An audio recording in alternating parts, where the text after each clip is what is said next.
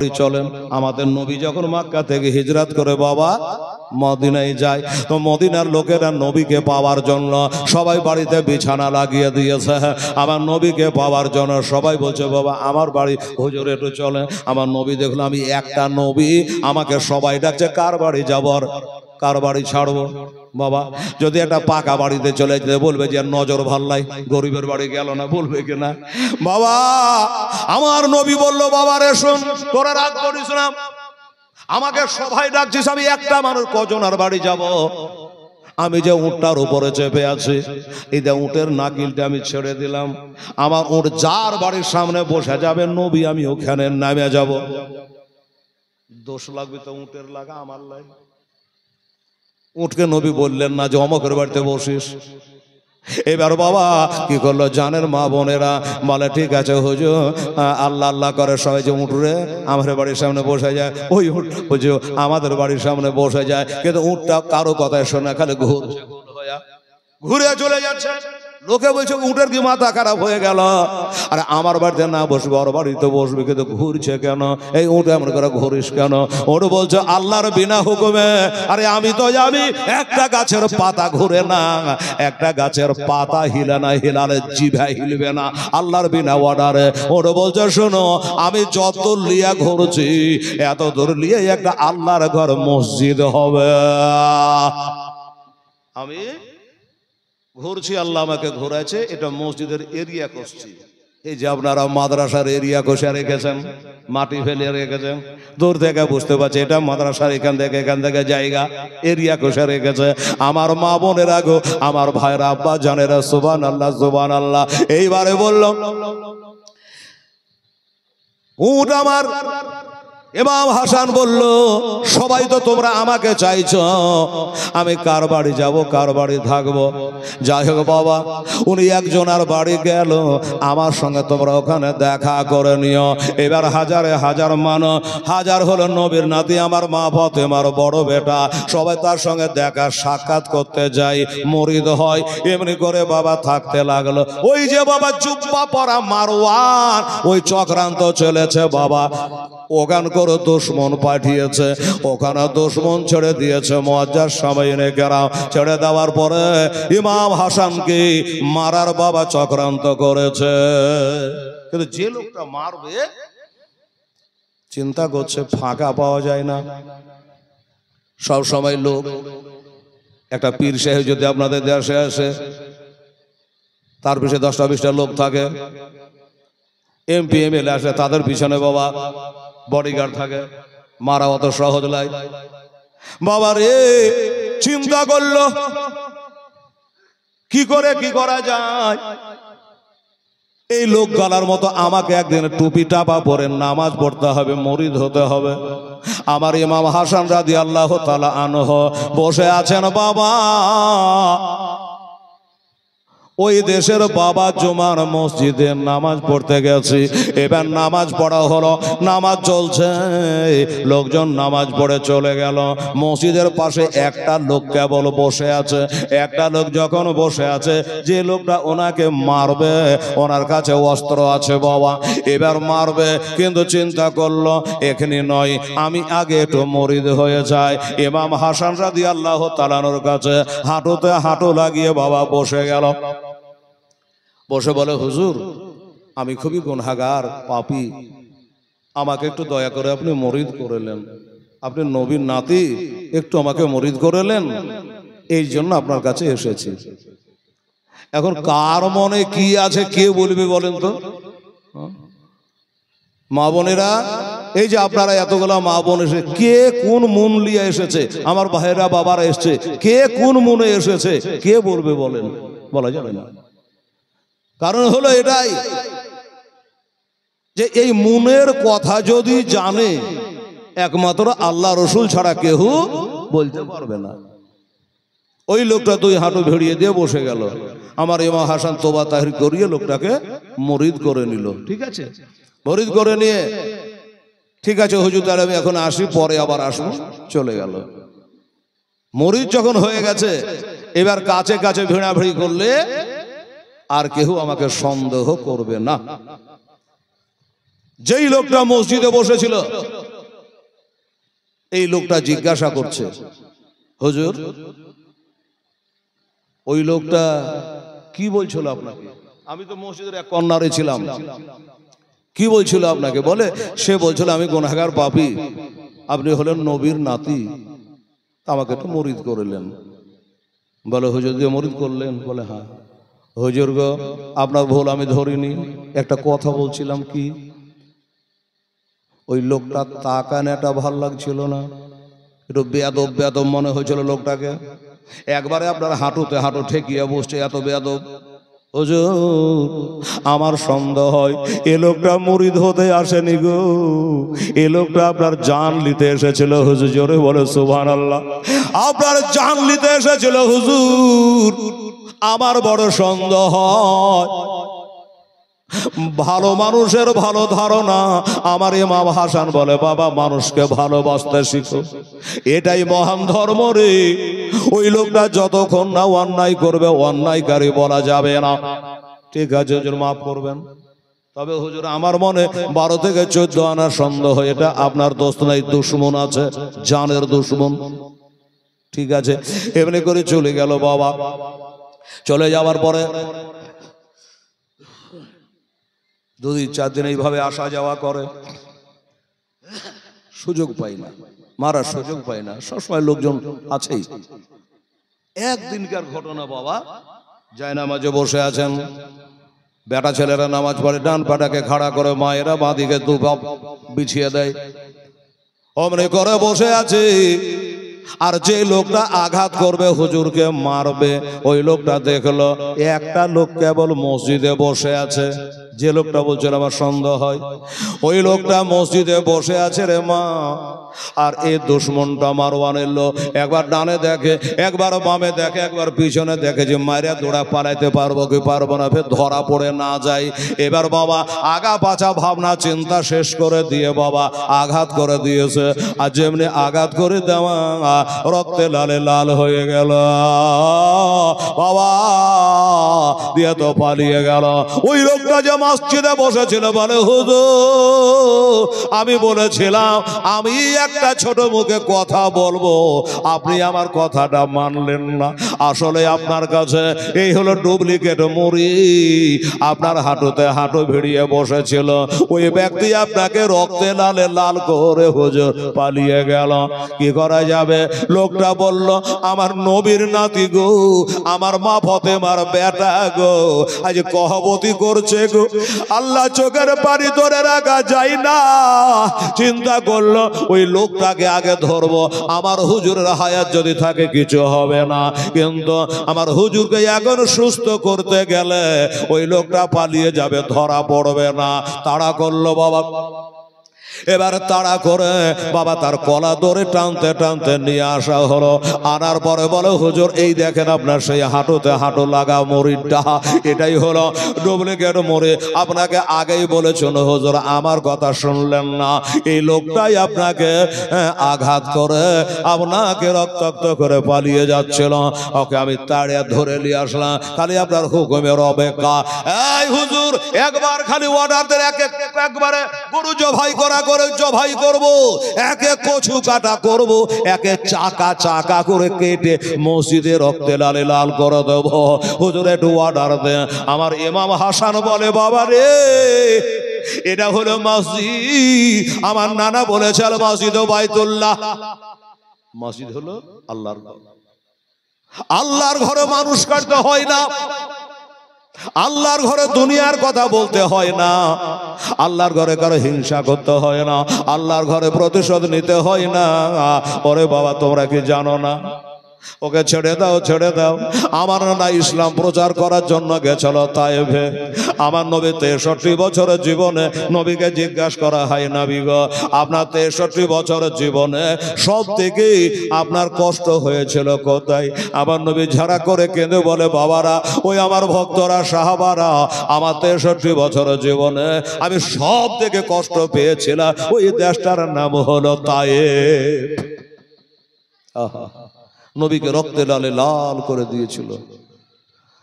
ফেরেশতারা এসে বলে হুজুর কে তোমরা? হুজুর আমরা ফেরেশতা। কোন ফেরেশতা? বলে পাহাড়ের ফেরেশতা। কি খবর? বলে নবী গো আপনার কহবতী দেখে থাকতে পারিনি, আপনাকে এমন করে যুবকেরা পাথর মেরেছে, একবার খালি অর্ডার দেয় বড় বড় পাহাড় গালা তুলে তাইফের উপরে চাপিয়ে দেবে। নবী বলছেন বসে পড়ো, বসে পড়ো, পাহাড় চাপাইতে হবে না, মারতে হবে না, আমি বদলা নিতে আসিনি, আমি যে রহমাতুল লিল আলামিন। আচ্ছা ঠিক আছে। আর এক দল এসে বলেছিল নবী গো আপনি বলে অর্ডার দে আমরা সমুদ্রের ফেরেশতা, পানিগুলো তাইফে ঢুকিয়ে সবকে ডুবিয়ে মেরে দেব। আমার নবী বলে আমি ডুবাইতে আসি, যারা ডুবে যায় তারাকে বাঁচাবার জন্য আমি নবী হয়ে দুনিয়াতে এসেছি।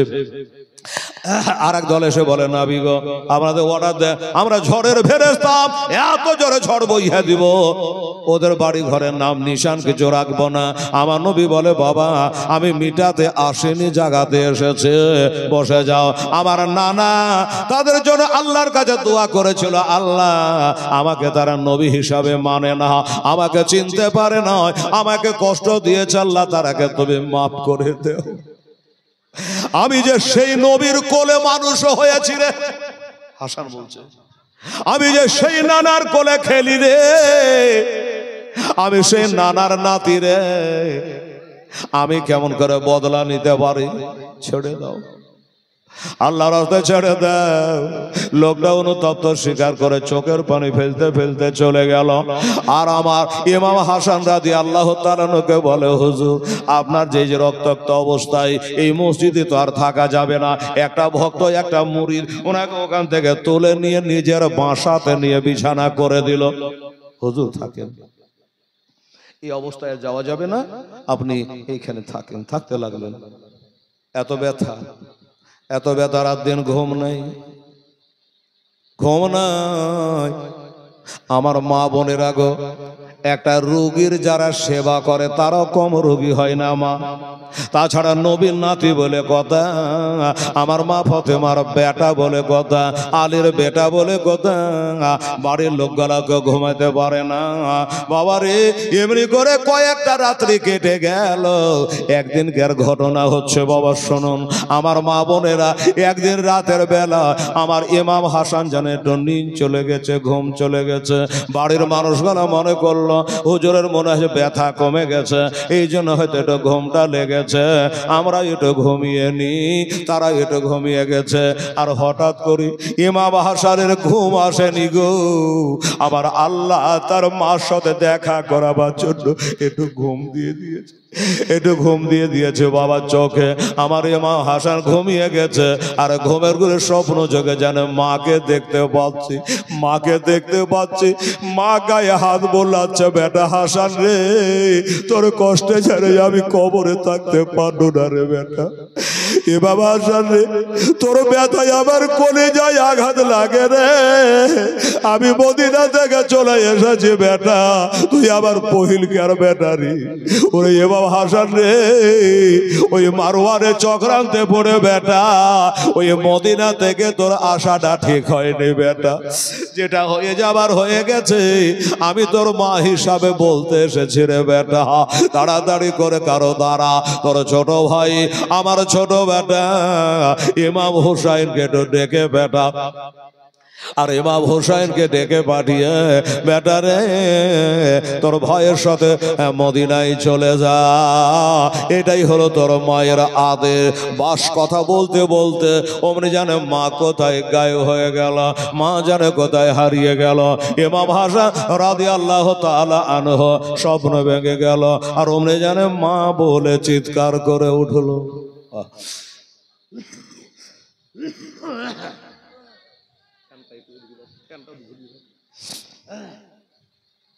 আল্লাহ আল্লাহ সুবহানাল্লাহ। এই মুসলমানেরা, বাড়ির লোকজন ছুটে আসলো, হুজুর কি ব্যাপার? আপনি ঘুমিয়েছিলেন বলে আমরা ঘুমিয়ে গেছিলাম।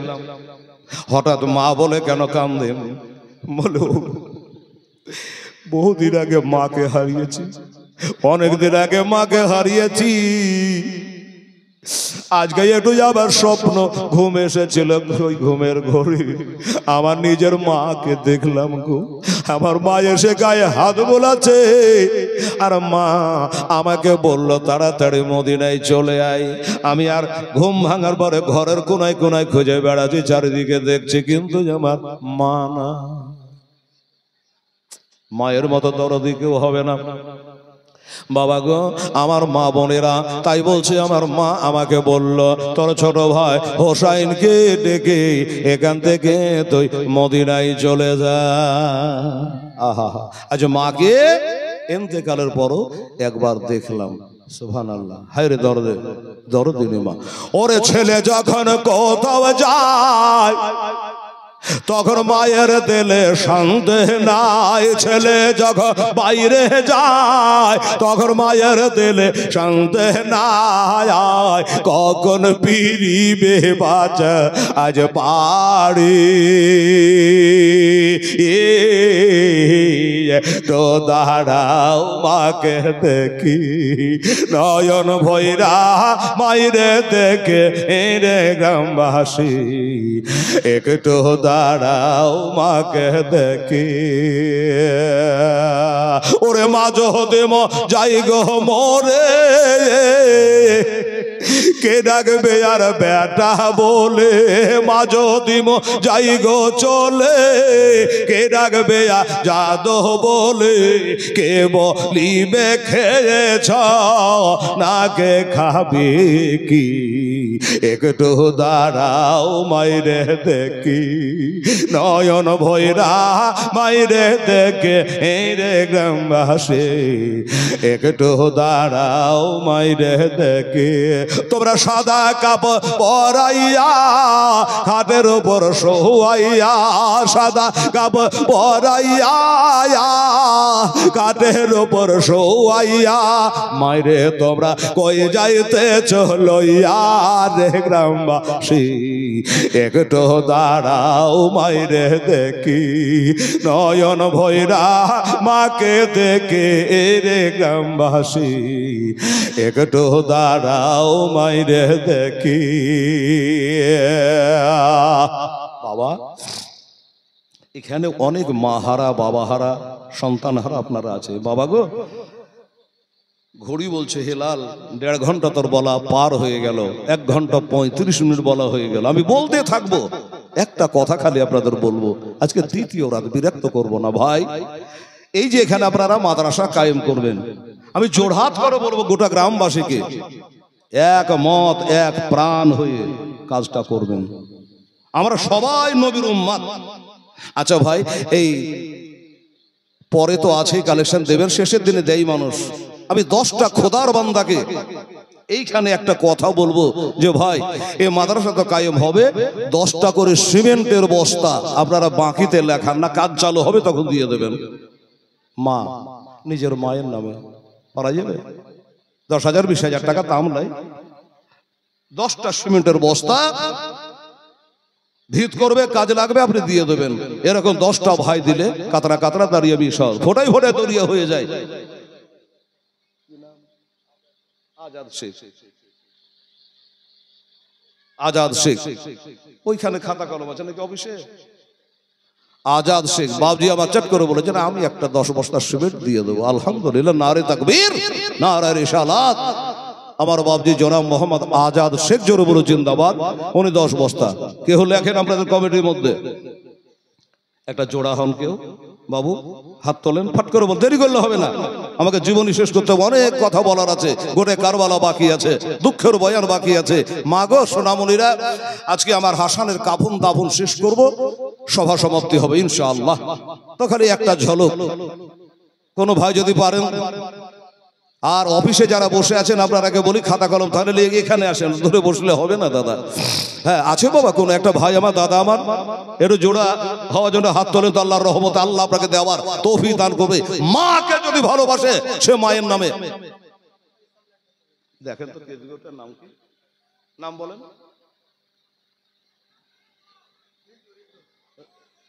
রবিউল ইন্টু মেম্বার সাহেব আচ্ছা মেম্বার সাহেব রবিউল, হ্যাঁ রিন্টু, উনি বলছেন আমি 10টা দেবো। মাশাআল্লাহ, নারে তাকবীর, নারায়ে রিসালাত। হ্যাঁ, আবার রিন্টু সাহেব উর্ফে রবিউল ইসলাম মেম্বার সাহেব জিন্দাবাদ, উনি বলছেন আমি 10টা দেবো। একটু এদিকে দেখবেন তো, হাত তোলে, আমি তো সবাই চিনি না, নতুন এসছি।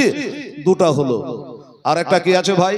অন্তত 5টা বলুন, বলুন আল্লাহর রহমত ইনশাআল্লাহ। হাত তোলেন, দেখেন ভাই, জান এদিকে দেখেন, একটু কেউ যদি হাত তোলে, হ্যাঁ, নাহলে 4টা একটু ঘুরিয়ে এলেন ভাই, একটা হাত তোলেন তো আল্লাহর রবে। যে হাত ছাড়বেন ওই হাতে ক্যান্সার হবে না, ওই হাত ঝিনঝিন করবে না, ওই হাতে ব্যারাম হবে না। বলুন একটু লম্বা করে। আর লাইট গালা এত উঁচা,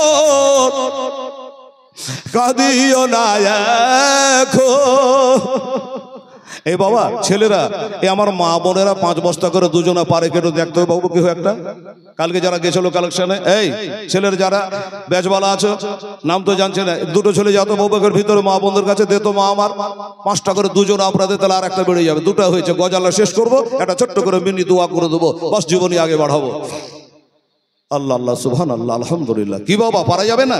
নাই 10 বস্তা দেওয়ার মতো নাই যে একটু আপনার সঙ্গে মুসাফা করি।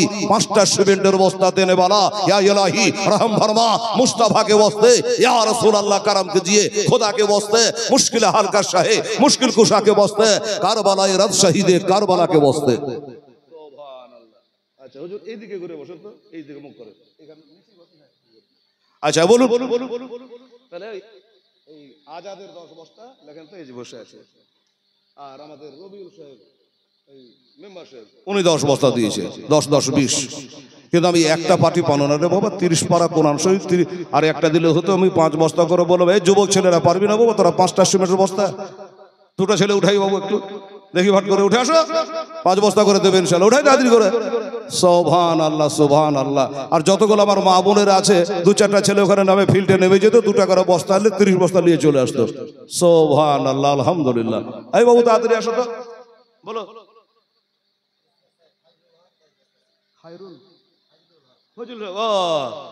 আচ্ছা কেশিয়া সাহেব, ফজলুল হক সাহেব, ডাক্তার সাহেব, মামা বলছে আমার 10 বস্তা থাকলো। নারে তাকবীর, নারায়ে রিসালাত, মাসলাকে আলা হযরত, আমার জালসা কমিটি জোরে বলে জিন্দাবাদ। আর কেশিয়া সাহেব, ডাক্তার ফজলুল হক সাহেব জোরে বলে জিন্দাবাদ জিন্দাবাদ। আচ্ছা এটা তো ঘরে ঘরে হলো, আর একটা হবে না বাবা? বাপ মা বললে 40 করেন না আপনারা? 30 হলো, 30 হলো কিনা? 3টা হলো 30 বাবু। আর একটা খোদার বান্দা একটু রাজি হতো বাপ আমার, না হলে 5 বস্তা করে দুজনা বলেন, আমি গজলটা শেষ করে দিই, দিয়ে একটা দোয়া করি। আর আমার মায়েরা বোনেরা পারবেন না মা, 2টো কি 5টা বস্তা সিমেন্ট আপনার 2টো করে 5 জনে যতগুলো মা বোন আছেন 2টো করে দিলে পরে 10 বস্তা হয়ে যায়। অনেক হয়তো দেবে, কিন্তু ওনারা তো এখানে আসতে পারছে না। হ্যাঁ সুবহানাল্লাহ সুবহানাল্লাহ আলহামদুলিল্লাহ। আসো, তারপরে যদি একটা খাতা কলম নিয়ে তোমরা যেতে, আছে কালকে হবে, এখনো 5 দিন পড়ে আছে। আসো বাবু তাড়াতাড়ি হাঁটো, বলো। দেখেন আজাদ সাহেব দিয়েছে বাপজি আমার 10 বস্তা, উনার বিবি বলছে যে আমি দেবো 5 বস্তা। ঠিক করেছেন, 10 বস্তা দেওয়া দরকার ছিল আপনার, কারণ উনি যাবে আপনার কবরে, আপনি যাবেন আপনার কবরে, ঠিক না? কেউ কারো দুনিয়াতে লাই রে মা। দেখেন স্বামী স্ত্রী বলে 15 বস্তা দিয়েছে। এই বাবু টাকা, এই সাদা জামা, আর 5টা বস্তা কেউ দিবে কি দেখো তো? এই বেটি রে দে তো মা, 2টো করে 5টা বস্তা সিমেন্ট ফটাফট নিয়ে আসো।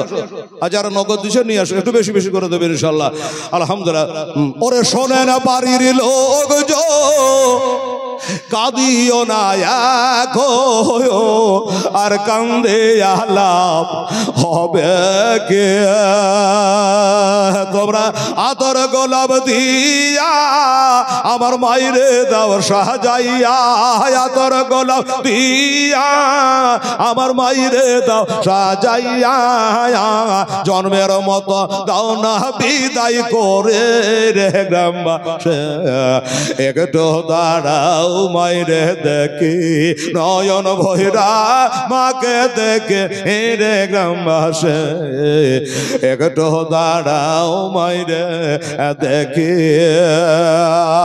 তোমরা সদা কাব পরাইয়া হাতের ওপর শোয়াইয়া, সদা কাবর পরাইয়া হাতের ওপর শোয়াইয়া, মাইরে তোমরা ওই যাইতে চলইয়া রে গ্রামবাসী, একটু দাঁড়াও মাইরে দেখি।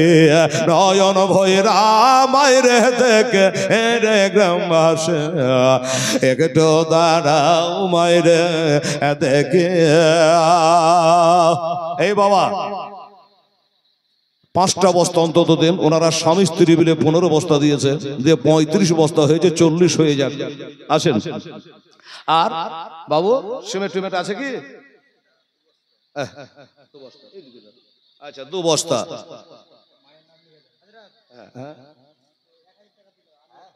ওই ফোন আলী আকবর 1000 টাকা নগদ ফোন পে মেরে দিয়েছে। ছেলের কাছ থেকে বুঝে নেবেন, এটা নগদই হয়ে গেল। নারে তাকবীর নারে রিসালাত। আলী আকবর সাহেব নগদে 1000 টাকা দিয়েছে। আমার মায়েরা 10, 20, 50 সহ করে কিছু টাকা দিয়েছে। আল্লাহ যেন সকলে দান কবুল করে। আমি হাত তুলে দোয়া করব। হ্যাঁ 2 বস্তা আমার মায়েরা দিয়েছে, 37 বস্তা হলো। বেশ। আর তাকাবো 3টা সিমেন্টের বস্তা নিয়ে এসো তো, যাও। শোধ হবে না কোনো দিন মায়ের দুধের এক ফোঁটা শোধ হবে না কোনো দিন, সারা জনম ধরে দিলে খাটিয়া খোদা ক্ষমা করো মায়ের আপন ছেলের তরেতে, খোদা ক্ষমা করো মায়ের আপন ছেলের তরেতে, মায়ের কদম তলে জান্নাত পাবে না কে। দাঁড়াও মাইরে দেখি নয়ন ভৈরা মাইরে দেখে রে গ্রামবাসী একটু দাঁড়াও মাইরে দেখে।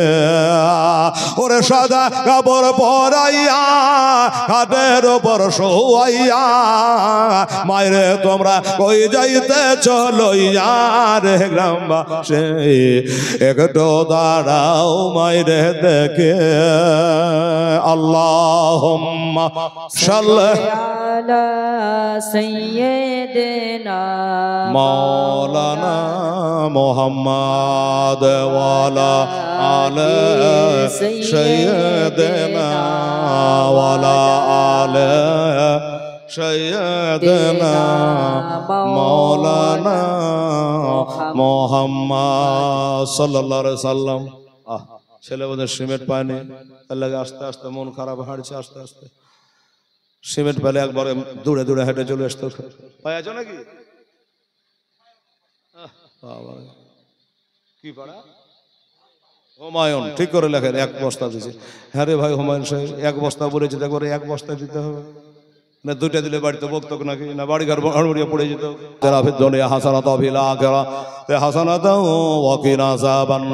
আল্লাহ রব্বুল আলামিন 10 বস্তা 10 বস্তা 5 বস্তা 2 বস্তা 1 বস্তা করে আমার হাজার সাহেব দিয়েছেন, 100 টাকা দিয়েছেন, বস্তা শিবের দান করেছেন। আমার মায়ের আরো 2 একজনা 2 বস্তা 1 বস্তা করে শিবের দান করেছে।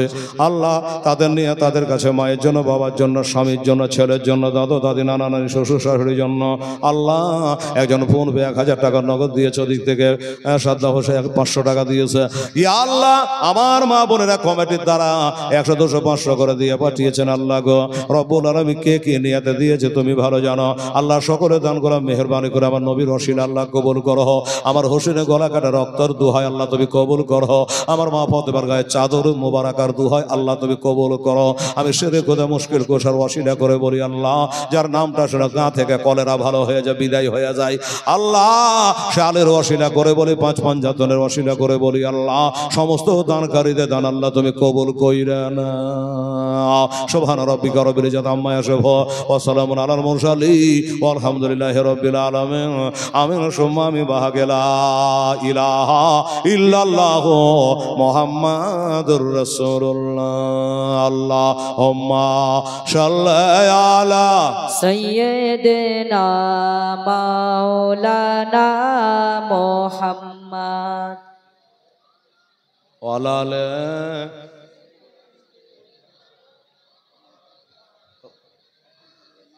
আলা আলে সাইয়্যিদিনা মাওলানা মুহাম্মদ সাল্লাল্লাহু আলাইহি ওয়াসাল্লাম। বাবা গো আমার মা বোনেরা একটু বিরক্ত করনো, মা পেটের জন্য করিনি, মা যেটা হলো আপনাদের মাদ্রাসায় থাকবে রে মা। ও মা, এমন হতে পারে আজ আসছেন কালকে হয়তো নাও আসতে পারেন। সুবহানাল্লাহ। ও বাবারা মায়েরা, কিসমততলা আমিনুল, দেখেন তো কিসমততলা আমিনুল, কিসমততলার আমিনুল, দেখেন উনি 2 বস্তা সিমেন্ট দান করেছেন। দেখেন কিসমততলা টাঙ্গাটলা এত আমি জালসা মিলা করেছি তার ইয়াত্তা নাই। এবারও সুলতানটলা, পূর্ব সুলতানটলা থেকে 2 দিন তারা ডেট নিয়েছিল মহরমের 5-6 দিয়ে ওরা বলছে যে হুজুর আমরা ডেটটা পাল্টে দিলাম। তা আলহামদুলিল্লাহ, অসুবিধা নেই। তো যাই হোক, ওখান থেকে এসে বাবু আমার 2 বস্তা সিমেন্ট দান করেছেন। আল্লাহ তাআলা মনস্কামনা যেন পূর্ণ করে দেয়। তাহলে আমার আমিনুল ইসলাম কিসমততলা থেকে, টাঙ্গাটলা থেকে এসে উনি 2 বস্তা দিয়েছেন। এই দোয়াটা খেলে আমার উপরে থাকলো, বাকিগুলা দোয়া মোয়া করে শোধ করে দিয়েছি। আবার 10টা বস্তা হবে, দুটা করে, আর 10টা বস্তা দিয়ে আপনারা হাফ সেঞ্চুরি করে নেন আছে, হ্যাঁ না? আমি একটু ওয়াজ করি, হ্যাঁ। আর দেখবেন হয়তো যখন 50 হয়ে যাবে তো আমাকে ইশারা দেবেন। 42 হয়ে গেছে। আর 8টা বস্তা দুটো। এই ছেলে যারা কালেকশন করছে বসলে হবে না, আমার মা বোনদের কাছে যাও, ভাইদের কাছে যাও, 1টা 2টা করে আর 8টা সিমেন্টের বস্তা নিয়ে এসো। সুবহানাল্লাহ। আমার বাবারা, আমার মায়েরা, তারপরে কি হলো জানেন বাবা, এবারে ইমাম হোসাইনকে ডাক দেওয়া হলো। ইমাম হোসাইন চলে গেলেন, ভাইয়ের কাছে গিয়ে বুকখানে নিয়ে কান্নায় ভেঙে পড়েছে রে বাবা। ও বড় মা, এই অবস্থা হয়েছে আপনার বলে, ভাই হোসেন রে, আজকে রাতের বেলায় আমি স্বপ্ন যোগে আমার মাকে দেখলাম রে হোসেন রে। ছোটবেলা তো আমরা মা হারা এতিম হয়ে গেছি রে। আজকে রাতের বেলা জানা মা স্বপ্নে দেখা দিল, আমার গায়ে জানে হাত বোলাছে রে ছোট ভাই হোসেন। তাই বলো তাড়াতাড়ি করে তোর ভাইকে ডাক আর তাড়াতাড়ি করে মদিনায় চলে যা। এই জন্য হোসেন তোমাকে আমি ডাকছি, ডেকেছে। এবার চলো, আমার হোসেন রাদিয়াল্লাহু তাআলা এবার বড় ভাইকে সঙ্গে করে চলে যাচ্ছেন বাবা মদিনা। চলো, কে কে যাবে চলো তোমরা সোনার মদিনা, আমি গেলাম মদিনা। জোরে বলো সুবহানাল্লাহ, সুবহানাল্লাহ, সুবহানাল্লাহ। এই মুসাল গ্রামের লোকেরা কান করে শোনো। চলো, কে কে যাবে চলো তোমরা সোনার মদিনা, আমি যাব মদিনা, যাব মদিনা, হয়তো ফিরে আসব না। খোদা তাআলা আদমকে সৃষ্টি করিল, দলে দলে ফারেশতা তারা সেজদা করিল, সেজদা করিল। সব ফারেশতা সেজদা করল, সব ফারেশতা সেজদা করল, কেবল ইবলিস করিল না। আমি যাব মদিনা, যাব মদিনা। চলো, কে কে যাবে চলো তোমরা সোনার মদিনা, যাবে যাব মদিনা, যাব মদিনা। গুজরাটের মাটিতে ভাইরে এলো জাল জালা, খোদাকে মানেনি তারা করিল হেলা, করিল হেলা। বেরাদার, আমার মা বোনেরা, 2 ভাই মদিনার শরীফে এসে পৌঁছে গেলেন। রাস্তায় একটা কথা হয়েছিল জানেন, ছোট ভাইরা বলেন বড় ভাই, আমাদের 2 ভাই কোন ঝগড়া হয়েছে রে? বলে না।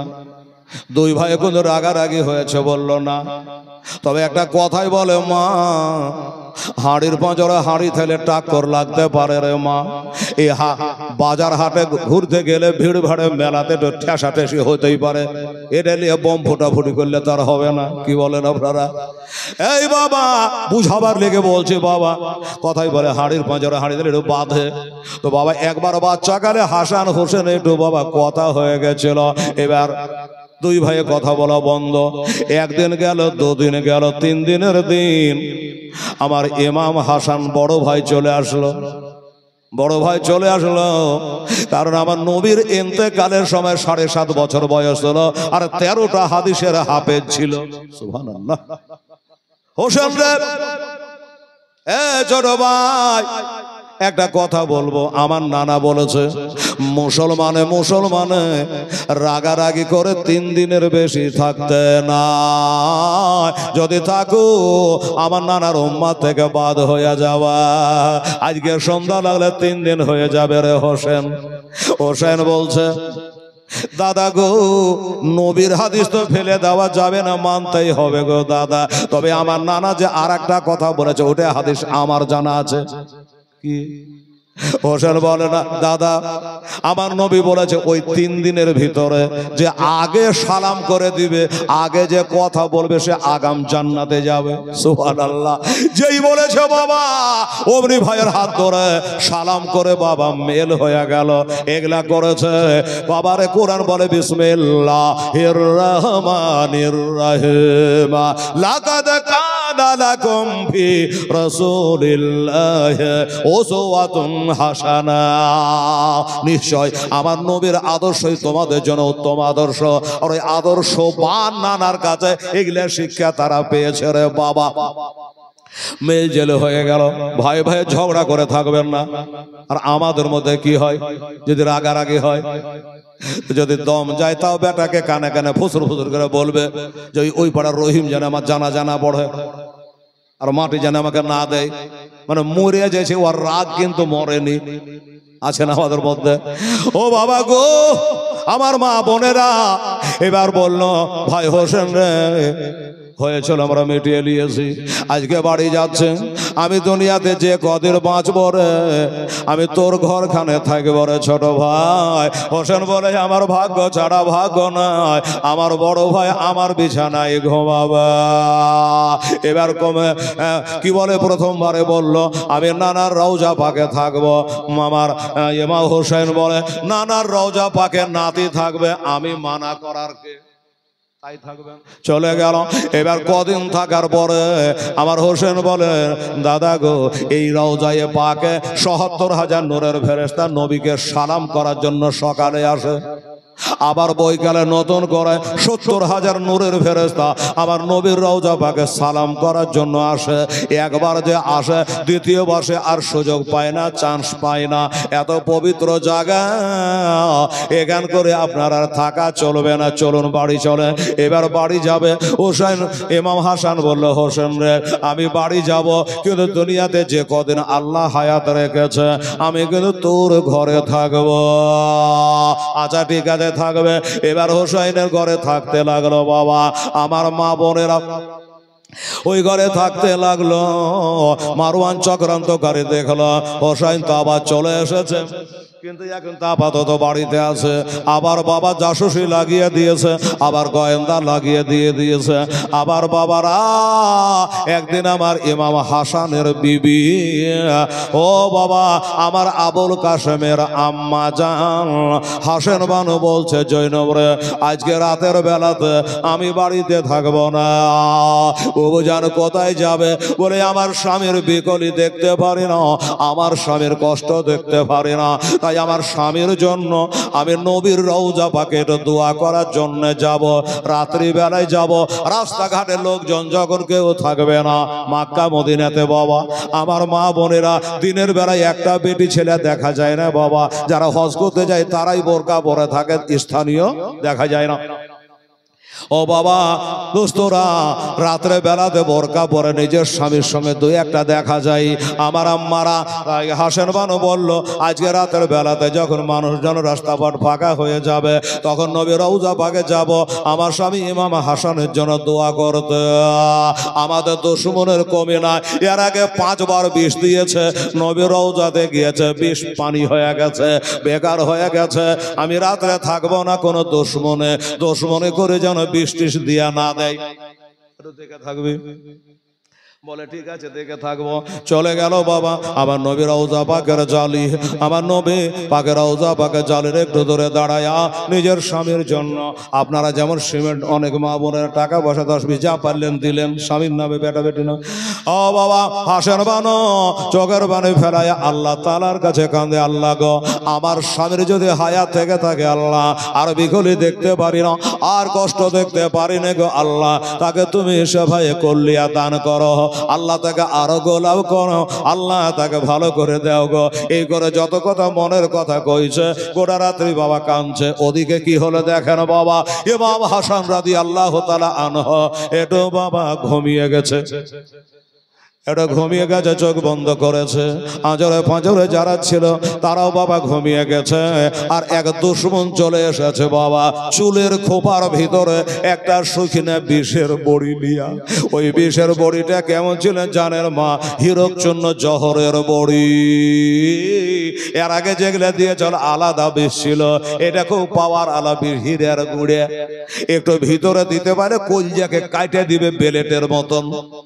ওই হীরকচূর্ণ জহর একটা গলি চুলের খোপার মধ্যে ভরে নিয়া আস্তে আস্তে বাবা পা মেরে মেরে ভিতরে ঢোকলো।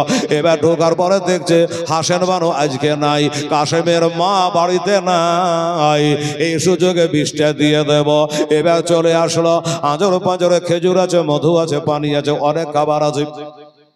চিন্তা করলো এই বিষের বড়িটা কোনটা খাবারের সঙ্গে দেব। এখন তো ঘুমিয়ে আছে, সকাল বেলাতে যখন ঘুম ভাঙবে কোনটা জিনিসের আগে দরকার হয় বাবা? আগে পানি, আগে পানের দরকার হয়। ওইখান করে একটা পানির কলসি আছে রে মা, আর ওই কলসির মুখটা একটা পাতলা ন্যাকড়া দিয়ে, পরিষ্কার পরিচ্ছন্ন একটা ন্যাকড়া দিয়ে ওই কলসির মুখটা সুন্দর করে বাঁধা আছে। ধুলাবালি না পড়ে, ময়লা মাটি না পড়ে, পোকা মাকড় না ঢুকে। এই জন্য কাশেমের মা ওই মুখটাকে বাবা বেঁধে গিট দিয়ে রেখেছে। আর যে বিষ দিতে এসেছে, বিষের বড়িটা চুলের খোপা থেকে বার করলো। বার করার পরে ওই যে গিরহে দেওয়া আছে কাপড়ের কলসির মুখে, দেখলো এই গিরহে গালাকে খুলে দিয়ে আবার অমনি করে বাঁধে দিব, গোটা বড়িটা ছেড়ে দি। আবার বলো না না না, কাশেমের মা মেয়েটা খুবই চালাক, খুবই চালাক। কোনো চিনহারি দিয়ে যদি বাঁধা রেখা যায় তখন আমার গন্ডগোল হয়ে যাবে। দরকার নেই বাবা, আমি গিটে হাত দেব না, আমি খোলাখুলি করব না। ওই শুকনা বড়িটাকে নিয়ে ওই টান করে মুখটা টনটনে করে বাঁধা আছে, ওই শুকনা বড়িটাকে বাবা এইভাবে ঘষতে আরম্ভ করলো।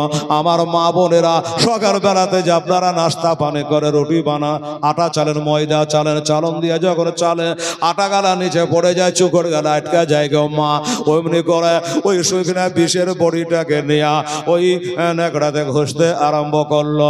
যেমন চালনের ছিদ্র দিয়ে আটা পড়ে যায়, অমনি করে বিষগুলা হীরকচূর্ণ জহর বিষগুলা ঝরঝর ঝরঝর করে আটা ঝরার মতো ওই পানির সরাহিতে ওই কলসের মধ্যে বাবা মিলে জানে বিষের শরবত হয়ে গেল, বিষের শরবত হয়ে গেল। এবার বিষটা দিয়ে বাবা বেরিয়ে চলে গেল। আমার আব্বা জানেরা, আমি জানছি আপনাদের মনটা ছটফট করছে, হেলাল রে বিষটা কেটে দিলে ভাই একটু নামটা বল। আমি বাবা বলতে পারবো না। ও বাবা আধারের কাম ছিল, বড় বড় লেখে করে বলছে ওয়াল্লাহু রাসূলুহু আলাম। বিষটা যে কে দিল নাম আড়ালে সুন্দর উপরে বাবা বলা যায় না। যাই হোক বাবা বিষ তো দিয়ে চলে গেল। এবার যখন বিষ দিয়ে চলে গেছে বাবারা, আমার মা বোনেরা, এবার ওইদিকে ফজরের আজান চালু হয়ে গেল। ফজরের আজান চালু হয়ে গেল। আর ফজরের আজান চালু হয়ে গেছে, ওই সময় ইমাম হাসানের যেন ঘুম ভেঙে গেল। ওদিকে হাসান বানু দেখছে আজান হয়েছে, মসজিদে লোকজন নামাজিরা নামাজ পড়বে, চাষিরা চাষ কাম করবে, দোকানদারেরা চাবি নিয়ে বের হবে, দোকান খুলবে, রাস্তাঘাটে লোক চলে আসবে। আমি যে ফাতেমার ঘরের বৌমা, আমাকে পরপুরুষে দেখে নিবে, এই আন্ধার থেকে দৌড়ে বাড়ি পালাই। ওদিকে উনি আসতেছে, আর ইমাম হাসানের ঘুম ভেঙে গেছে, একটা স্বপ্ন দেখে ফেলেছে, একটা স্বপ্ন দেখেছে। ওই স্বপ্নটা দেখে ঘুম তো ভেঙে গেল।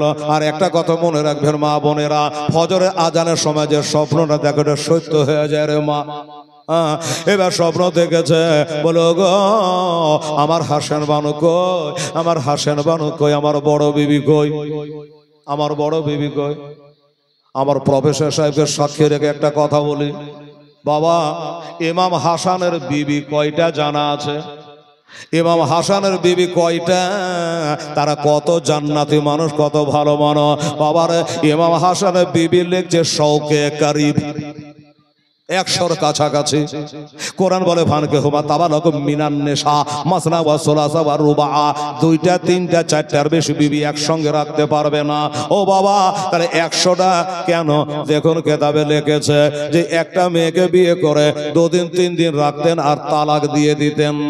আর একটা পাশের বাড়ির বেটির বাপ বেটির হাত ধরে বাবা দাঁড়িয়ে থাকতো, ওকে তালাক দিলে আমার বেটির সঙ্গে বিয়ে দেব, আবার 2 দিন 1 দিন রেখে তালাক দিয়ে দিত। তার পাঁচর কারবার বাড়ির মেয়েটাকে দিবার জন্য তার বাবা হাত ধরে দাঁড়িয়ে থাকতো। একটু বুঝবেন ভালো করে বাবা। এইভাবে শয়ের কাছাকাছি হয়ে গেছে আমার হযরত আলী রাদিয়াল্লাহু তাআলা আনহু।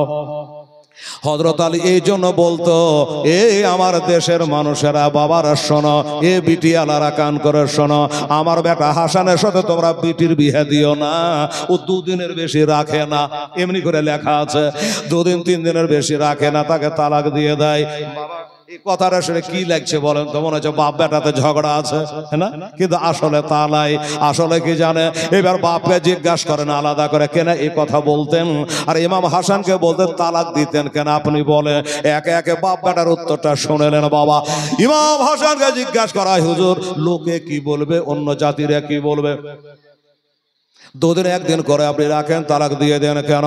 বলে শুনে রাখো, কাল হাসরের দিনে 120 টাকা তার হবে, আমার নানা উম্মত একলাই হবে 80 টাকা তার। মনে রেখে দিও, আমার নানা উম্মত যেন জান্নাতে বেশি হয়, আর আমি যাকে 1-2 দিনের জন্য আমার সাথে রিশতা কায়েম হবে, আমার সাথে নেকা হবে, আমার সাথে কুটুমতালি হবে, মহব্বত হবে, ওই মেয়েটা হবে জান্নাতি, তার বাপ মা জান্নাতি। জোরে বলে সুবহানাল্লাহ। আমার সূত্রে ওই মেয়েটা জান্নাতি হবে। আর এটার আশাতে একটাকে তালাক দিলে পাশের বাড়ির বাপ বিটি লিয়া দাঁড়িয়ে থাকতো, আমিও জান্নাতে যাব বিটি দিয়া। এই আশাতে ওরা বিটি দিত। যদি ইমাম হাসান খারাপ হতো তাহলে কেউ বিটি দিত গো? বলেন আপনারাই, বিটি দিত না। আর হযরত আলী মানা করতো, তারও একটা কারণ, বাপ বেটায় ঝগড়া ছিল না। ইমাম হযরত আলী বলতো একটা কারণে, বেটারে তোর নিয়ে একটা ভালো জান্নাতে বেশি করে নিয়ে যাওয়ার জন্য। কিন্তু এটা পাবলিক জানবে না, তাবলিগ জানবে না, সাধারণ মানুষ জানবে না, উল্টা পাল্টা গাহাবে, তখন সহিতে পারবো না। এই জন্য উনি বলে বেড়াতেন, ফয়সালা হয়ে গেল। ও বাবা, অতগুলা বিবি তো বাবার নাম বলা যাবে না, কাশে বেবরা হাসেন বানো সব থেকে বড় বিবি রে বাবা। উনি আজান শুনে মসজিদ থেকে রওজায়ে পাক থেকে বাড়ির দিকে রওনা দিয়েছে, বাড়ির দিকে রওনা দিয়েছে। আর উনি স্বপ্ন দেখে ঘুম ভেঙে গেছে। বলল, ওগো আমি একটু স্বপ্ন দেখলাম, একটা স্বপ্ন দেখলাম। বলো হুজুর কি স্বপ্ন দেখেছেন? কাশেমের মা এখনই ঢুকে যাবে, কি স্বপ্ন দেখেছে একটু বলে। আমি স্বপ্ন ফজরের সময়তে, আজানের সময়তে স্বপ্ন দেখেছি, তোমরা শুনবার জন্য ছটফট করছো, ঠিক আছে, কিন্তু রে আমার গলাটা কেন শুকিয়ে গেল, আমার গলা কেন চেপে চেপে ধরে শুকিয়ে যাচ্ছে, এত কেন পিয়াসা লেগে গেল, আমি কি স্বপ্ন দেখেছি এটা তোমরা কেউ বলবো, একটু আমাকে গলা ভেজা পানি দাও, একটু গলা ভেজা পানি দাও। আমি গলাটা ভিজিয়ে আমি একটা স্বপ্ন দেখেছি, এমন সব পৃথিবীতে কেউ দেখেনি, আর মনে হয় দেখবে না রে। হুজুর একটু বলেন না গো, শুনি কি স্বপ্ন দেখেছে। বলল একটু গলা ভেজা আমাকে পানি দে। কলসির দিকে তাকাইলো, ওই কলসিতে পানি আছে, কলসির দিকে তাকাইলো, কিন্তু মনে করো না না না, এটা কাশেমের মা ভালো করে বেঁধে রেখেছে ঠিকই, এটা সন্ধ্যা রাতের পানি বাসি হয়ে গেছে, এটা ঠান্ডা হয়ে গেছে, এই পানি দেওয়া যাবে না। হুজুর আপনি যে সাবের আর বেটা, আপনি যে সাব্বার, কোরআন বলে ইন্নাল্লাহা মা'আস সাবিরিন, নিশ্চয় আল্লাহ সবুরকারীর সঙ্গে থাকে। হুজুরের ধৈর্য ধারণ করেন, একটু সবুর করেন। হুজুর আপনার জন্য একটু টাটকা পানি নিয়ে আসে, তারপরে আপনি একটা গলা ভিজাবেন, পান করবেন, তাড়াতাড়ি করো। একটা লোটা নিয়ে টাটকা পানি আনতে গেছে, আর এক দরজা দিয়ে কাশেমের মা হাজির হয়ে গেল। সারা রাত্রে স্বামীর জন্য চোখের পানি ফেলে চোখগুলা মোটা মোটা হয়ে গেছে, চোখগুলা লাল হয়ে গেছে, চোখের ঘুমকে হারাম করে দিয়া স্বামীর জন্য দোয়া করতে গেছে। আল্লাহ চলে আসলো বাবা, আসার পরে স্বামীর কাছে উঠলো, বলে ওগো আপনি একাই কেন? বললো আমার জন্য তারা পানি আনতে গেছে। কেন পানি? বলে আমি একটা স্বপ্ন দেখেছে, আমার স্বপ্নটা তারা শুনতে চাই। আমি বললাম আমার গলা ভেজা পানি দাও, তাই আমার জন্য পানি আনতে গেছে। হাই রে হতভাগী, লোকটা পানি পানি করে জান দেয়, পিয়াসা লেগেছে, আর তোরা টাটকা পানি আনতে গেছি। এখন যদি দমটা বেরিয়ে যায় তো টাটকা পানি টাটকাই থেকে যাবে, পান করা হবে না। হুজুর গো আমি যে আপনার জন্য দোয়া করার জন্য সারা রাত দেখে দেন হুজুর, হুজুর এই দেখেন কলসিতে পানি রেখে গেছে। গিটগালাকে দেখলো, যেইভাবে গিটগালা বাঁধা ছিল ওইভাবেই বাঁধা আছে। আর আপনারা দেখলেন খোলেনি গিট। বাবা ওই গেট গালা খুলে সুন্দর অবকাশ থাকলো না। এবার গেট গালা খুলে কে জানছে যাতে বিষ দেওয়া আছে রে বাবা। ও বাবা গো, যেই বিবি সারা রাত্রি ধরে কাঁদা কাঁদা স্বামীর জন্য দোয়া করে আসলো, কে জানে ওই বিবির হাতের পানিতে আজ দম যাবে। একটু পানি ঢেলে দিয়েছে, বাবা হুজুর একটু পান করে, টাটকা পানি আসবে তখন আবার আশোধা করে পান করে দাও। ওই পানিটা নিয়ে একটা ঢোক কেবল মেরেছে রে বাবা। আমার মা বোনেরা, একটা ঢোক যেমনি ভিতরে গেছে অমনি যেন ভিতরটা যেন চেপে চেপে ধরতে লেগেছে। ওরে বাবা বললা, হাসের মানুরে আমাকে এটা কোন পানি দিলি রে, আবার কলজা কেন চলে গেল রে, আবার ভিতর কেন আহি ডাহি করেনি, আবার ভিতরে কেন আগুন জ্বলছে রে। বলে কেন হুজুর, আমি তো কলসি থেকে ঢেলে দিলাম। বলে জানি না আমার ভিতর কেন এত খারাপ করে রে। বলতে বলতে ওই টাটকা পানি এসে পৌঁছে গেল। হুজুর আপনি যে টাটকা পানি পান করতে চেয়েছে, আপনার জন্য টাটকা পানি আনতে গেছিলাম, হুজুর পানি নিয়ে চলে এসেছি, হাতের ইশা করে রেখে দাও। ও বিবি সাহেবারা, এই জগতের পানি মনে হয় আমার আল্লাহ আমার কপাল থেকে তুলে নিয়েছে, আর টাটকা পানি লাগবে না। আহিদাহি করে বলে হুজুর আপনার কি স্বপ্ন থেকে যেটা বলবেন না, যদি আমরা দমরা চলে যাই মনের কথা মনে থাকবে। বলে দেখো তোমাকে একবার বলবো, ওকে একবার বলবো, কাশেমকে একবার বলবো, হোসেনকে একবার বলবো, দরকার নাই সবাইকে এক জায়গায় করো, আমার বেশি টাইম নাই, আমার বেশি টাইম নাই। আমার ছোট ভাই হোসেনকে ডাকো, আমি একটু তাকে সবাইকে নিয়ে বলে দিই। এবার হোসেনকে ডাকা হলো, ভাইয়ের মুখের গোড়াতে বসলো আর বলল, ভাই রে আজকে রাতে আমি একটু ঘুমিয়েছিলাম আর একটা স্বপ্ন দেখেছি। বলল স্বপ্নটা কি? আমার ইমাম হাসান বলছে স্বপ্ন হলো এটা, কোরআনে 114টা সূরা আছে, একটা সূরার নাম হলো কুল হু আল্লাহ সূরা, সূরা ইখলাস। ওই সূরাটা যাবার আছে বাবা, পেশ আছে, কাল মিলিয়ে নেবেন কথার সঙ্গে। আমি 5 দিন আছি বাবা গো। ওই কুল হু আল্লাহ সূরাতে এক জায়গাতে একটা জের আছে, দুটা জের খুঁজে পাবেন না। যাবার আছে, পেশ আছে, জজম আছে, একটা খালি নিচে জের থাকে নিচে, যাবার থাকে ওপরে। ও হোসেন রে, আমি যেন দেখতেছে আমার এই কপালে যেন লেখা বিসমিল্লাহির রহমানির রহিম, কুল হুয়াল্লাহু আহাদ আল্লাহুস সামাদ। এই সূরাটা যেন আমার কপালে লেখা। ইমাম হোসেনের মুখটা একটু হাসি হাসি, কুল হুয়াল্লাহ কপালে যখন লেখা আমার ভাই তাহলে ভালো হয়ে যাবে, নিশ্চয়ই আরো গোলাপ করবে। কিন্তু বাবা স্বপ্নের মানে সবাই জানে না, কি করা যাবে? এই স্বপ্নটার মানে কি হতে পারে? কপালে কুল হু আল্লাহ লেখা, এটা স্বপ্নের মানে কি হতে পারে? কে বলতে পারবে? কেতাবে লিখতেছে ওই যুগে একজন বিখ্যাত তাবি ছিল হযরত সাঈদ ইবনে মুসাইব রাদিয়াল্লাহু তাআলা আনহু। তাবি কাকে বলে বলে দি না, সাহাবী কাকে বলে বলে দি। ঈমানের চোখে যারা নবীকে দেখলো তারা সাহাবী, আর ঈমানের চোখে সাহাবীকে যারা দেখলো তারা হলো তাবি, আর তাবিকে যারা দেখলো তারা হচ্ছে তাবে তাবেঈন। ও বাবা, হযরত সাঈদ ইবনে মুসাইব রাদিয়াল্লাহু তাআলা আনহু ওই যুগের বিখ্যাত তাবি ছিল। উনি স্বপ্নের তাবির ভালো করতে জানতেন, স্বপ্নের মানে করতে ভালো জানতেন। ওনাকে ডাকা হলো, ও গো একটু আমাদের বাড়ি চলেন তো। কেন কি হয়েছে? বলে আমার বড় ভাই আজকে রাতে একটু স্বপ্ন দেখেছে, এটা স্বপ্নের মানে কি হতে পারে? একটু চলে আসে, নবীর নাতি ডাকবে, যাব না বলতে পারে। চলে আসলে মাঝরে বসলে, বলে কি স্বপ্ন দেখেছ? বলে আমার মুখ থেকে নয়, আমার বড় ভাইয়ের মুখ থেকে শুনে না। এবার বড় ভাই বলল, ও গো সাঈদ ইবনে মুসাইব শোনো, আমি স্বপ্ন দেখলাম আমার কপালে যেন কুল হু আল্লাহু আহাদ সূরাটা লেখা, এটার মানে কি হতে পারে? যেমনি বলেছে সাঈদ ইবনে মুসাইব ওখান থেকে কাঁদতে কাঁদতে উঠে যেন চলে যাচ্ছে, কাঁদতে কাঁদতে উঠে চলে যাচ্ছে, পিছনে পিছনে আবার হোসাইন চলে গেল। ও তাবি কি হলো? ও সাঈদ ইবনে মুসাইব কি হলো? আমার ভাই স্বপ্নটার মানে কি? চোখ দিয়ে পানি ফেলাছেন কেন? এটার মানে কি আপনি কেন বললেন না? বললে ওনার সামনে ওটা বলা যাবে না। বাস্তবিক একটা মারাত্মক যদি অসুখ হয়ে যায়, কাউকে ক্যান্সার হয়ে যায়, ডাক্তার কিন্তু তার সামনে ক্যান্সারটা দেবে না। কেন দেবে না? এই জন্য দেবে না, যদি ওই রোগীর সামনে বলে তোর বাপকে ক্যান্সার হয়ে গেছে 16 দিন বাঁচবে, যদি বলে দেয় হার্ট ফেল করে দেবে, তাই তারা ওই ডাক্তার ওখান থেকে চলে গিয়া তার আত্মীয় অরিসের সামনে, আত্মীয়দের সামনে লক করে বলে দেয় বাড়ি নিয়ে চলে যায়, যা খাবে খাইয়া দাও, বেশি দিন নাই। রোগীর সামনে বলে না। উনি বলল ইমাম হুসাইনকে দেখো, তোমার ভাই যে স্বপ্নটা দেখেছে জের বালা, জের নিচে নিচে যাওয়ার আলামত। ও তোমার বড় ভাই যে স্বপ্ন দেখেছে এ কুল হু আল্লাহু আহাদ সূরা যারা কপালে লেখা দেখে, আর উনি বেশিক্ষণ দুনিয়ায় বাঁচে না, আর দুনিয়ায় বাঁচে না।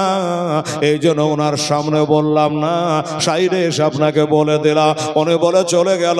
ওইদিকে ইমাম হাসান ছটবার আরম্ভ করেছে, বিষ ভিতরে কাজ আরম্ভ করে দিয়েছে, কোন জায়গাটাকে কাটতেছে, উঠে বসে গেল যেন ভিতর পাক দিয়ে উঠেছে, যেন বমি হয়ে যাওয়ার মতো। মা গো আমার সোনারা, বিষ খাওয়া রোগী হয়তো কেউ না কেউ দেখেছেন, ডাক্তারের বাড়ি নিয়ে গেলে একবার বড় লোল ঢুকিয়ে দিয়া পানি মারবে আর পাম্প করবে আর বিষকে বাহির করবে লোল দিয়া, করে না বাবা? হ্যাঁ, ও বাবা ভিতরখানা ছটপট কালে কালে হিকচি মারে উঠে ও বাবা বারবার করে যেন বমি হয়ে যাবার, কাই হয়ে যাওয়ার মতো মনে হচ্ছে। হাসের বানু বলে তাড়াতাড়ি ঘর থেকে সেলেফিটা লিয়ায়, তসটা লিয়ায়, ওই হাত ধোয়াটা লিয়ায়। আমার স্বামীর ভিতর ভালো করে না, আমার মনে হয় বমি করবে রে। তাড়াতাড়ি তসটা নিয়ে এলো, সেলেফ ছিটা নিয়ে এলো। হুজুর আমরা মুখের সামনে ধরছি, আপনি চিন্তা করেন না, আপনি মুখ ভরে এর মধ্যে বমি করে দেন, আমরা পরিষ্কার করে নেবো। হ্যাঁ ঠিক আছে, কিন্তু বাবারে ইচ্ছা করে বমি করার, কিন্তু হয় না। একটু একটু করে খালি এক এক করে ভিতরটা পাক দিয়ে ওঠে, একটু একটু করে পানি ওঠে। বিবিরা ওই সেলেবচের নিচের দিকে তাকানে, স্বামীর মুখের দিকে তাকিয়ে আছে। স্বামীর মুখের দিকে তাকিয়ে থাকতে হঠাৎ করে একবার সেলেবচিটার ভিতরে তাকিয়ে নিয়েছে। কে? হাসের বানু। ভিতর দিকে একবার তাকিয়ে দেখে নিয়েছি, আর যেমনি দেখে নেওয়া অমনি যেন চোখ দিয়ে গল গল করে পানি আসতে লাগলো। আর ডাক দিয়ে বললো, ওরে তোরা যা দেখবি দেখে রে, আমার স্বামী আর বাঁচবে না রে, আমার স্বামী বাঁচবে না। বলে তুমি কেমন করে বুঝতে পারলা যে বাঁচবা না? বলে দেখ সবাই তো স্বামীর মুখের দিকে তাকাচ্ছে, দেখ একবার নিচের দিকে তাকিয়ে দেখ, নিচে কি ছিল গো মা? ওই সেলেবচিটার ভিতর যদি দেখছে ছোট ছোট টুকরা টুকরা হয়ে কলজা কেটে কেটে বার হয়ে আসছে, কলজা কেটে কেটে বার হয়ে আসছে রে বা। বললো যার কলজা কেটে যায় টুকরা টুকরা হয়ে থান থান হয়ে বাড়ি আসে, এ মানুষ কখনো বাঁচতে পারে না। ও বাবারা মায়েরা, একবারে শেষ সময়ে চলে এসছে। আমার হোসেন পাঁজরখানে বসে আছেন বাবা, হোসাইন কাঁদছে ভাইয়ের অবস্থা দেখে। আমার হোসেন জিজ্ঞাসা করে, বড় ভাই গো আমাকে ছেড়ে চলে যাচ্ছ? বলে বড় ভাই তোমার চোখে কেন পানি? বলছে হোসেন রে আমার চোখে পানি, আমার মনের আশা মনে রইল রে। মনের আশা কি? আমার বেটি, আমার বেটা হযরত কাসেমের সঙ্গে তোর মেয়ের বিবাহ দিব মনে করেছিলাম। তাছাড়া আমি জল জল করে যেন দেখতে পাচ্ছি কারবালার লড়াই, আমি যেন দেখতে পাচ্ছি রে। ওরে বড় ভাই আপনি এখন ইন্তেকাল হয়ে গেলে ওই পুরীতে যাইয়া মার দেখা পাবে, নানার দেখা পাবে, বাবার দেখা পাবে, মামু খালার দেখা পাবে। আপনার মতো ভাগ্য ছাড়া ভাগ্য কেউ নাই। আমি একা হয়ে যাব, ভাই হারা হয়ে যাব। এখন আমার হলো কাঁদার বাড়ি। ও বাবারা আমার ভাইরা, ইমাম হোসেন জিজ্ঞাসা করে, দাদা ও বড় ভাই একটু কানে কানে বলেন না গো, আপনাকে কেডা বিষ দিয়েছিল? 5 বার দিয়েছে, পানি হয়ে গেছে। এবার 6 বার। হ্যাঁ, পানির সাথে হিরকচন্ন জহর। কে আপনাকে বিষ দিয়েছে? বলে আমি জায়গায় বসেছিল যে তুই বিষ দিয়ে তোকে চিনে রাখবো। আধারে নিধের বাতালে কেডা দিয়ে গেছে, আমি কার নাম বলবো? কার ওপর সন্দেহ করে যদি বলি, সে যদি না হয় তখন আমার জন্য একটা জান চলে যাবে। আমি জানি তুমি আমাকে ভালোবাসো, জানতে পারলে তাকে তুমি জিন্দা ছাড়বে না। যাই হোক বাবা, বলা হলো না, বলে এই বিচার আমি আল্লাহর হাতে দিয়েছি রে হোসেন, এ বিচার করতে হবে না। আর একটা কথা বলে শোনো। হোসেন বলে, বড় ভাই আপনি ইন্তেকাল হয়ে গেলে আপনার মাজারটা কোথায় বানাবো, আপনার কবরটা কোথায় বানাবো? আমার ইমাম হাসান বলেছিল, শোনো আমার মাজার কোথায় বানাবা? আমার মাজার বানাবা আমার নানার কবরের পাঁজরে, আমার নানার কবরের পাঁজরে আমার কবর বানায় দিয়ে। তবে একটা কথা, কি কথাটা হলো এটা, আমার নানার কবর যেখানে আছে, আমার নানার রওজায়ে পাক যেখানে আছে, ওইটা হলো মা আয়েশা সিদ্দিকার ঘর। ওই মা আয়েশা সিদ্দিকা আমার নানি হলো, ওই নানির ঘরে নানা শুয়ে আছে। আমাকে নানার পাঁজরে ঘুমাবার আগে আমার নানির কাছে একবার অনুমতি লিও। আমার নানি যদি অর্ডার দেয়, হুকুম দেয়, তবে আমার কবরটা নানার পাঁজরে করবা। আর নানি যদি বেজার থাকে, আমার কবর আমার জান্নাতুল বাকিতে আমার মার কবরের পাশে দিও। আর শোনো, আমার কবরের ব্যাপারে যদি হাঙ্গামা হয়ে যায়, আমার কবরের ব্যাপারে যদি তালওয়ার বাহির হয়ে যায়, জোড়হাত করে বলি, ভাইরে আমার লাশ ফেলে রেখে মারামারি করিস না, হাঙ্গামো করিস না, কাটাকাটি করিস না, রক্ত নদী বহাইস না, আমার কবর খানা জান্নাত বাকিতে বানায়। সব কথা বলা হয়ে গেল। ও বাবা, কিছু কথাবার্তা বলার পরে আমার ইমাম হাসান রাদিয়াল্লাহু তাআলা আনহু বাবা ভবলীলা সঙ্গ দিয়া চলে যাচ্ছে।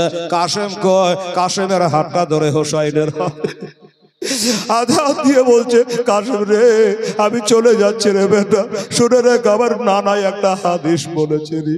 সেই হাদিসটা হলো এরা, যারা বাবা ইন্তেকাল করে যায়, ওই তার বাবার ভাই যদি থাকে, তার বন্ধু যদি থাকে, ওই বন্ধুর যদি সেবা করে রে, ওই বাপের ভাইয়ের যদি সেবা করে রে, চাচা সেবা করে রে, বাপের সেবা করার মতো নেকি আল্লাহ দেয়। সব বুঝিয়া পারিয়া দিল বাবা। এবার সব কিছু বলার পরে আমার ইমাম হাসান রাদিয়াল্লাহু তাআলা আনহু এবার তিনি জামে শাহাদাত পান করলো বাবা। এবার জামে শাহাদাত যখন পান হলো, বলুন বাড়িতে কিরকম কান্না কাটি চলবে? সবাই কান্না করে। আমার ইমাম হোসেন বলল, আমি এখনো বর্তমানে সবার থেকে বড়, আমি হলো মোড়ল, আমি হলো সর্দার, আমি হলো 12 ইমামের এক ইমাম, আমি হলো ইমামুজ্জাহান। আমি যদি কান্না করি তাহলে এরাকে সান্ত্বনা দেবে কে, এরাকে বুঝাবে কে? তাই তিনি বাবা আর কাঁদে না। ও বাবা, আমার মা খানা বোনেরা গো, এমনি করে ইমাম হাসান রাদিয়াল্লাহু তাআলা আনহু ইন্তেকাল হলো, সবাই কান্না করে। ইমাম হোসাইন সবকে বোঝাতে থাকে। আর নবী বলেছে 3টা কাজ তাড়াতাড়ি করো। কয়টা? 3টা। 3টা কাজ তাড়াতাড়ি করো। বলবেন হেলাল 3টা কাজ কি কি? নামাজ রক্ত হলে আদায় করে নাও, দম বেরিয়ে গেলে নামাজ কাজা থাকবে, তাড়াতাড়ি নামাজ পড়ে নাও। মেয়ে বড় হলে তাড়াতাড়ি বিয়ে দাও, পা পিছলে যেতে পারে, দুর্নাম হতে পারে। মেয়ে থাকলে বড় হলে বিয়ে দিয়ে দাও। আর কেউ যদি মারা যায় তাড়াতাড়ি দাফন কইরা দাও। এই 3টা কাজ কেউ তাড়াতাড়ি নবীজি বলেছে। ও বাবা, ইমাম হোসেন বলে আর দেরি করা যাবে না, এখন ধোয়া লাহা কাপড়ের ব্যবস্থা করা লাগবে, কবরের ব্যবস্থা করা লাগবে। ওই মুহূর্তে মা আয়েশা সিদ্দিকা রাদিয়াল্লাহু তাআলা আনহা, আমার নবীর বিবি, আমাদের মা ইমাম হাসান হোসেনের সতলা নানি হলো আপন নানি তো মা খাদেজা। কথা বুঝেন বাবা? তো মা আয়েশার কাছে গিয়ে বলে, নানি গো, আমার বড় ভাই ইন্তেকাল হয়েছে, শহীদ হয়ে গেছে, আপনি তো জানেন? বলে, হ্যাঁ জানি। আমার বড় ভাই তার নানার পাশে ঘুমাতে চাই, আপনার মতামত কি, আপনার অনুমতি হয়? বলল, আরে নানার পাঁজরে ঘুমাবে, নানার পাঁজরে তার কবর হবে, আমি মানা করার কে, আমি নিষেধ করার কে? আমার তরফ থেকে কোনো বাধা নাই, যাও যাও নানার পাঁজরে তার কবর তৈরি করো। এই কথা যেমনি বলে হোসেন এসে বলল, কে আছো ভাই? ও দাদারা, আমার নানার কবরের পাশে ওইখানে আমার বড় ভাইয়ের কবর তৈরি করো, নানি অর্ডার দিয়ে দিয়েছে। কিছু সাহাবী বলল, হুজুর একটা কথা বলি কি, এই নবীর নাতি গো, ওইখান করে কবর দেওয়া যাবে না। কেন যাবে না? আমরা শুনেছি নবীজির কাছে ওইখানে টোটাল কবর হবে 4টা। আমার নবীর হবে, আবু বকর সিদ্দিকের হবে, হযরত ওমর ফারুকের হবে, আর একটা কবরের জায়গা আছে, ওইটা হযরত ঈসা পয়গম্বরের হবে। ঈসা পয়গম্বর এখনো জীবিত অবস্থায় আছে, উনি দুনিয়াতে আসবে, 40 বছর থাকবে, বিয়ে শাদী করবে, দুনিয়া শেষ।